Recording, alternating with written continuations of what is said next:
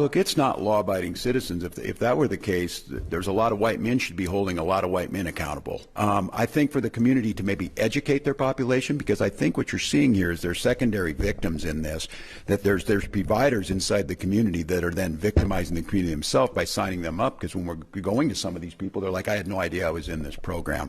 This gets a little dicey. This is kind of the soft bigotry of low expectations.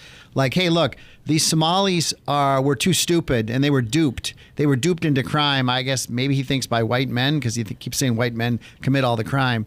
And so we need to educate Somalis in Minnesota better, because they didn't even know they were part of these programs. Part of that's true. Some people were just signed up, their names were used. Some fraudsters just made up names. But many of the child care, for instance, and the autism fraud, which you're going to see more and more of over the next year, where people did know they were signed up for the child care stuff, and there were payments coming to them. They were in on it too. So there were complaints made by families that say, "Hey, where's my take?" Because when the thing got shut down, they're like, "Hey, well, I was getting a check every week for having my children in this daycare fraud, even though I was taking care of them at home. But I like the check. Where's the check?" And they would shop around in some situations for the best and biggest kickback. Yeah. Hey, this other fraudulent, autism clinic is giving me this much. Can you do better?